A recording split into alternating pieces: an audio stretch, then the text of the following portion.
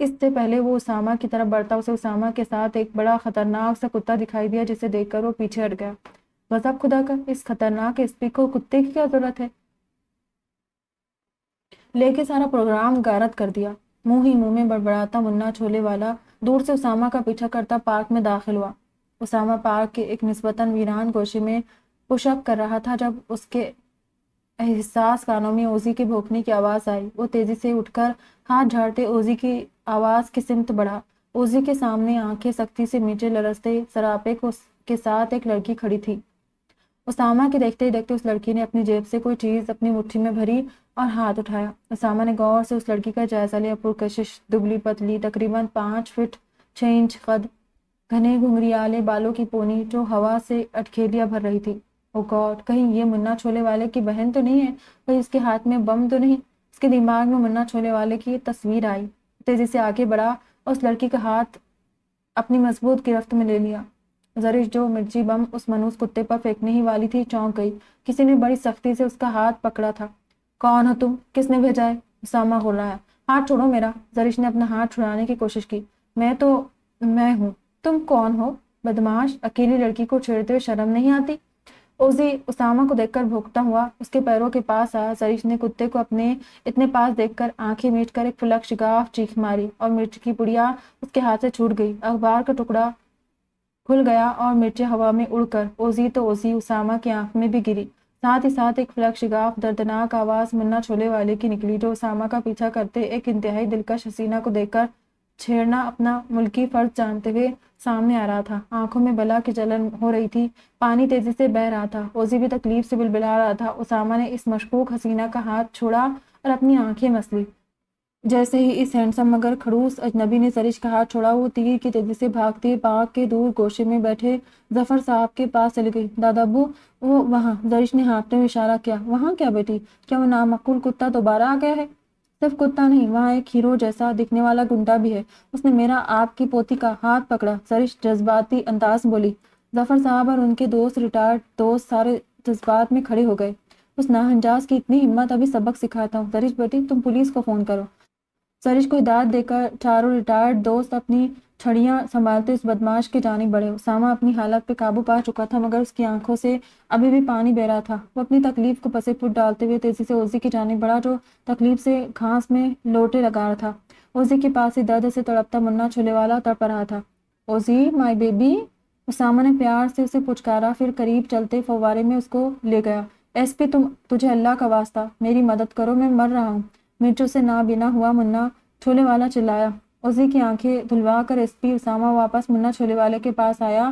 اب اس کو ہاتھ لگائے تھا کہ چند ضعیف غصے میں بھرے افراد اس کے پاس آئے۔ تم نے ہماری بچی کو ڈرایا دھمکایا؟ شمسی صاحب بھڑکے۔ جناب، آپ کو غلط فہمی ہوئی، آپ کی بچی نے ہم پر حملہ کیا ہے، وہ دانت پیستے بولا، مگر سارے بزرگوار اسے گھیرے کھڑے تھے اور اس کے سننے کو تیار ہی نہیں تھی بالکل بھی۔ ارے اللہ کا واسطہ، کوئی مجھے ہاسپٹل لے جاؤ۔ منا چھولے والا کراہا مگر نکار خانے میں طوطی کی آواز کون سنتا ہے؟ ابھی بحث جاری ہی تھی کہ حوالدار ڈنڈا پکڑے اپنی پینٹ سنبھالتے زرش کے ساتھ وقوع پر پہنچا۔ گرفتار کر لے اسے، یہ ہے وہ بدماش اور یہ کتا بھی شاید اسی کا ہے جو لڑکیوں کو ڈراتا ہے۔ زرش گویا ہوئی۔ حوالدار نے اسامہ کو دیکھ کر ایک زوردار سلیوٹ مارا۔ سر آپ ادھر؟ اسامہ نے اپنی سرخ آنکھوں سے فساد کی جڑ زرش کو گھورا اور سب سے معذرت کرتا منا چھولے والے کو گریبان سے پکڑ کر اوزی کے ساتھ وہاں سے نکلتا چلا گیا۔ اسامہ ایک ہاتھ سے منا چھولے والے کو پکڑے تیز تیز قدموں سے چلتا پارک سے باہر نکل گیا۔ اوزی بھی اس کے ساتھ ساتھ چل رہا تھا۔ تبھی منا چھولے والے کو ٹھوکر لگی۔ خدا کا واسطہ ایس پی، مجھے اندھے پر رحم کرو، آہستہ چلو یار، مجھے اندھے پن کا کوئی تجربہ نہیں ہے، چوٹ لگ جائے گی۔ خاموش، اندھے بنا یہی کاٹ دوں گا، اسامہ گھرایا۔ گھر پہنچ کر اسامہ نے گیٹ کھولا اور اندر داخل ہوا۔ اکرم جو باہر پورچ میں اسامہ کی جیپ پر کپڑا مار رہا تھا، انہیں حال سے بے حال سرخ آنکھیں اور ان سے بہتا پانی دیکھ کر چونک گیا اور قریب آیا۔ اسامہ بھائی، نصیب دشمنا، کیا ہوا؟ کس کا انتقال ہو گیا؟ اسامہ نے منا چھولے والے کو گھاس پہ دھکا دیا۔ اوزی، مائی بوائے، اس کا خیال رکھنا، یہ یہاں سے ہلنے نہ پائے۔ اسامہ بھائی، یہ غریب بیچارہ اندھا کون ہے؟ اکرم منا چھولے والے کو گھاس کو ٹٹولتے دیکھ کر بولا۔ اکرم، خدا کے لیے خاموش ہو جاؤ اور میرے کمرے میں آئی ڈراپس لے کر آؤ۔ اسامہ دھاڑا اور تیز تیز قدم اٹھاتے اپنے کمرے کی جانب چلا گیا۔ منا چھولے والا گھاس کو ٹٹولتے ٹٹولتے اوزی کے قدموں تک پہنچ گیا۔ ایس پی تجھے اللہ کا واسطہ مجھے اسپتال لے جا، ابھی تو میری شادی بھی نہیں ہوئی ہے، اندھے کو کون لڑکی دے گا؟ میری توبہ، میرے باپ دادا کی توبہ، اب کبھی بھی تیرے علاقے میں واردات نہیں کروں گا۔ وہ گڑگڑایا۔ اکرم نے دور سے دلخراش منظر دیکھا اور تعصب سے سر ہلاتا اندر چلا گیا۔ اسامہ یونیفارم پہن کر تیار ہو کر نیچے آیا تو ممی ڈیڈی ناشتے پر اس کا انتظار کر رہے تھے۔ السلام علیکم ممی ڈیڈی۔ وہ سنجیدگی سے سلام کرتا کرسی گھسیٹ کر بیٹھ گیا۔ وسیم صاحب اور بیگم وسیم نے حیرانگی سے اس کا سرخ چہرہ اور لال آنکھیں دیکھی۔ اسامہ بیٹے کیا ہوا؟ طبیعت تو ٹھیک ہے؟ اس سے پہلے اسامہ کو جواب دیتا اکرم تیزی سے اس کے پاس آیا۔ اسامہ بھائی، وہ اندھا آپ کو پکارے جا رہا ہے۔ کون اندھا؟ مسز وسیم چونکی اور اٹھ کر باہر کی جانب بڑھی۔ ممی پلیز، وہ ایک خطرناک مجرم ہے جسے میں ابھی اپنے ساتھ تھانے لے کر جاؤں گا۔ پر مسز وسیم سنی انسنی کرتی پورچ کی جانب چلی گئی اور ان کی دیکھا دیکھی وسیم صاحب بھی اٹھ گئے۔ اسامہ بے بسی سر دھنتا ان کے پیچھے لپکا جہاں اس کی پیاری راج دلاری ممی منا چھولے والے سے تفتیش شروع کر چکی تھی۔ مسز وسیم جب باہر پہنچی تو دیکھا ایک دبلا پتلا تیلی نما آدمی ہاتھ اٹھا اٹھا کر معافیا مانگ رہا تھا۔ اس کی آنکھوں سے آنسو پانی کی طرح بہ رہے تھے۔ ایس پی، مجھے معاف کر دو، ڈاکٹر کے پاس لے جاؤ، میری آنکھیں، ہائے ربا میری آنکھیں، کون ہو تم اور اسامہ نے تمہیں کیوں پکڑا ہے؟ مسز وسیم اس کے پاس جا کر گویا ہوئی۔ ہائے بیگم صاحبہ، میں منا چھولے والا ہوں۔ ایس پی صاحب، صبح سویرے پارک میں ایک لڑکی کا ہاتھ زبردستی تھامے کھڑے تھے، میں پاس گیا تو میری یہ حالت کر دی۔ منا بڑے مسکین انداز میں کرہا کر بولا۔ اسامہ؟ مسز وسیم شوق کی کیفیت میں مڑی۔ غضب خدا کا، شادی کے لیے راضی نہیں ہو اور پرائی لڑکیوں کے ہاتھ پکڑتے ہو، شرم کرو۔ بس فیصلہ ہو گیا، میں آج ہی تمہارا رشتہ لے کر جا رہی ہوں۔ مسز وسیم اسامہ کو گھورتے ہوئے اندر چلی گئی۔ اسامہ نے ڈیڈ کو مدد کے لیے دیکھا پر وہ بھی تعصب سے سر نفی میں ہلاتے اندر چلے گئے۔ اسامہ نے منا چھولے والے کو گردن سے پکڑ کر جیب میں ڈالا اور تھانے روانہ ہو گیا۔ زرش سارے راستے اپنے دادا کی لان تان سنتے گھر پہنچی جہاں حسب روایت سامنے گارڈن میں احمد اور عالیہ چائے پی رہے تھے اور ساتھ ساتھ دادا پوتی کا انتظار کیا جا رہا تھا۔ احمد، آج تو زرش نے پھر ہماری ناک کٹوا دی، غضب خدا کا، ایک ایس پی آفیسر پر حملہ کیا۔ حملہ؟ کیا ہو رہا ہے ابا جان؟ عالیہ دہل کا سینے پر ہاتھ رکھ کر کھڑی ہو گئی۔ زرش تیزی سے اپنے بابا احمد کی صاحب کی جانب مڑی۔ بابا دیکھے نا، دادا ابو ناحق خفا ہو رہے، مجھے کیا پتا تھا وہ آدمی پولیس آفیسر ہے، وہ خبیث کتا آج پھر آ گیا تھا، میں نے تو صرف اپنا سیلف ڈیفینس کیا تھا۔ زرش روحاں سے لہجے میں بولی، آخر ہوا کیا ہے؟ عالیہ نے عاجز آ کر پوچھا۔ بہو، تمہاری لڑکی نے ایک پولیس آفیسر کی آنکھ میں مرچی جھونکی ہے، وہ تو آفیسر بھلا مانس انسان تھا جو زرش کو گرفتار نہیں کیا۔ دادا ابو، سارا قصور اس خبیث کتے کا تھا، اور اگر اب وہ کتے کا بچہ مجھے کہیں مل گیا نا تو میں اسے زندہ نہیں چھوڑوں گی۔ ظفر صاحب نے مکھی اڑائی۔ محترمہ، کتا دیکھ کر تو سانس لینا بھول جاتی ہے، بڑی آئی کتا مارنے والی۔ شام ڈھل رہی تھی جب مٹھائی اور پھلوں کے ٹوکرے سے لدی پھندی مسز وسیم اپنے ہسبینڈ ریٹائرڈ کمشنر وسیم کے ساتھ زرش کے گھر کے باہر کھڑی بیل بجا رہی تھی۔ تھوڑی ہی دیر میں بھاگتے ہوئے قدموں کی آواز آئی۔ کون ہے؟ زرش نے پوچھا۔ بیٹا، ہمیں زرش سے ملنا ہے۔ زرش نے آئی ہول سے جھانکا تو گروسری اسٹور والی آنٹی نظر آئی تو فوراً دروازہ کھولا۔ السلام علیکم آنٹی۔ وعلیکم السلام بیٹا۔ انہوں نے بڑے پیار سے گلابی لباس ملبوس گڑیا سی زرش کو دیکھا۔ اتنے میں ظفر صاحب، جو بیل کی آواز سن کر ادھر ہی آ رہے تھے، وسیم صاحب کو دیکھ کر چونک گئے اور بڑی گرمجوشی سے آگے بڑھے۔ Mister Waseem, what a surprise! Waseem صاحب بھی ریٹائرڈ میجر ظفر کو دیکھ کر حیران تھے۔ ماضی میں ایک مشن پر ایک ساتھ کام کر چکے تھے۔ ظفر صاحب ان کے سینئرز میں سے تھے۔ چلے آئیں اندر اور زرش جا کر اپنے بابا اور ممی کو بلا لاؤ۔ ظفر صاحب ان کو لے کر اندر چلے گئے۔ پیچھے پیچھے اکرم مٹھائی اور پھلوں کے ٹوکرے لیے آ رہا تھا۔ اندر پہنچ کر تعارف کی رسم کے بعد سب گھل مل گئے، پر پرتکلف چائے کے بعد مسز وسیم نے اپنا مدعا بیان کیا۔ ظفر صاحب، میں آپ کی پوتی زرش سے گروسری اسٹور ملی تھی اور یہ معصوم بچی مجھے اپنے بیٹے کے لیے بے حد پسند آئی ہے۔ میں آپ سے اس کا رشتہ مانگنے آئی ہوں۔ سب چونک گئے اور مسز وسیم اور وسیم صاحب انہیں اسامہ کے بارے میں بتانے لگے۔ دیکھیے، پرسوں سے رمضان شروع ہو رہے ہیں، آپ لوگ کل ہی ہمارے گھر آ جائے، اسامہ سے مل لے، اپنی تسلی کر لے تو ہم رسم ادا کر لیں گے اور عید پر انشاءاللہ نکاح رکھ لیتے ہیں۔ مزید چند باتوں کے بعد انہوں نے اجازت چاہی اور زرش کو بلوا لیا۔ اچھا زرش بیٹا، اب ہم چلتے ہیں۔ زرش کے ہاتھوں میں ہزاروں کے نوٹ تھما کر مسز وسیم نے پیار سے اس کا ماتھا چوما، جو حیرانی سے کبھی نوٹ تو کبھی انہیں دیکھ رہی تھی۔ ارے ہاں، یاد آیا بیٹی، اس خبیث کتے کا کیا ہوا؟ کیا تم نے مرچیں استعمال کی؟ مسز وسیم نے چلتے چلتے پوچھا۔ جی آنٹی، آج ملا تھا، پر مرچیں غلطی سے اس کے ساتھ جو کھڑوس آدمی تھا اس کی آنکھوں میں بھی چلی گئی، تب سے دادا ابو ڈانٹے جا رہے۔ زرش نے اپنا دکھڑا رویا۔ ظفر صاحب، آپ پلیز ہماری گڑیا سے ناراض نہ ہو، جب وہ کتا اتنا خبیث ہے تو اس کا مالک تو مہا خبیث ہوگا، یہ کہہ کر وہ زرش کی طرف مڑی۔ اچھا کیا جو دونوں کو سبق سکھا دیا۔ پھر سب سے اجازت لے کر وہ دونوں روانہ ہو گئے۔ اگلے دن عالیہ اور احمد ظفر صاحب کے ساتھ جا کر اسامہ سے ملائے۔ ظفر صاحب کو اسامہ دیکھا دیکھا سا لگا پر وہ اسے پہچان نہیں سکے۔ دوسری طرف اسامہ بھی انہیں نہیں پہچانا کیونکہ جب پہلی بار وہ پارک میں ملا تھا تو آنکھوں میں مرچیں بھری ہوئی تھی اور یوں ان دونوں کی بات بڑوں میں پکی ہو گئی۔ رمضان کا بابرکت مہینہ شروع ہو گیا تھا۔ روزے تیزی سے گزر رہے تھے۔ زرش اور دادا دونوں سحری تک جاگتے اور پھر آدھا روزہ سو کر گزار دیتے، مگر زرش نے اپنے دادا سے بول چال کم رکھی تھی، اسی لیے آج سحری کے بعد ظفر صاحب اسے زبردستی باہر گارڈن میں لے آئے۔ کیا بات ہے محترمہ، منہ کیوں پھلا ہوا ہے؟ میں دیکھ رہا ہوں جب سے منگنی ہوئی ہے بڑی مغرور ہو گئی ہو، انہوں نے پیار سے اسے گدگدایا۔ دادا ابو نہ کریں، میں ناراض ہوں سب سے۔ پر کیوں؟ اب بتا بھی دو ورنہ عید کی شاپنگ بھول جاؤ۔ دادا ابو دیکھے آپ سب نے میری منگنی کر دی، نہ کوئی انگوٹھی، نہ جوڑا، نہ تصویریں۔ کیا ایسے ہوتی ہے منگنیاں؟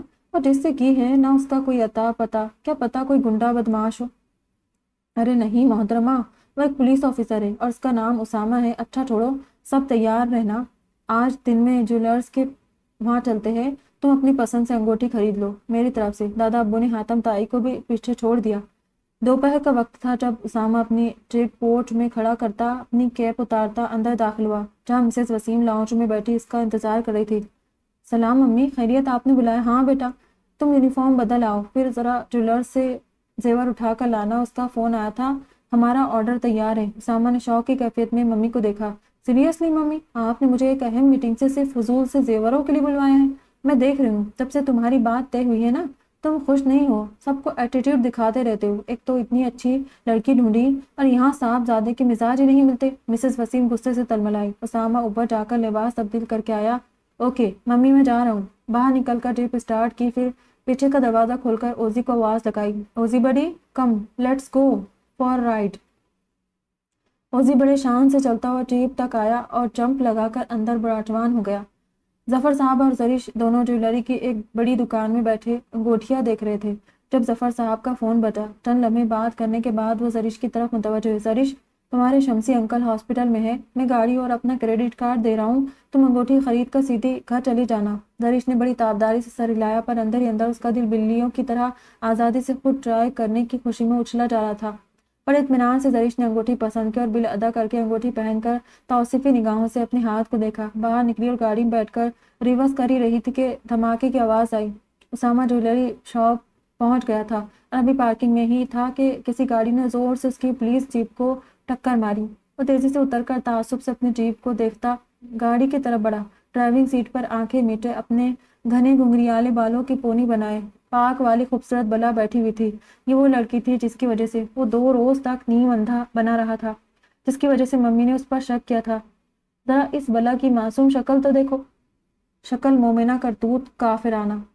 اسامہ نے بڑبڑاتے ہوئے گاڑی کا شیشہ بجایا۔ زرش نے دھماکے کی آواز سنتے ہی آنکھیں بند کر کے اللہ سے مذاکرات شروع کر دیے۔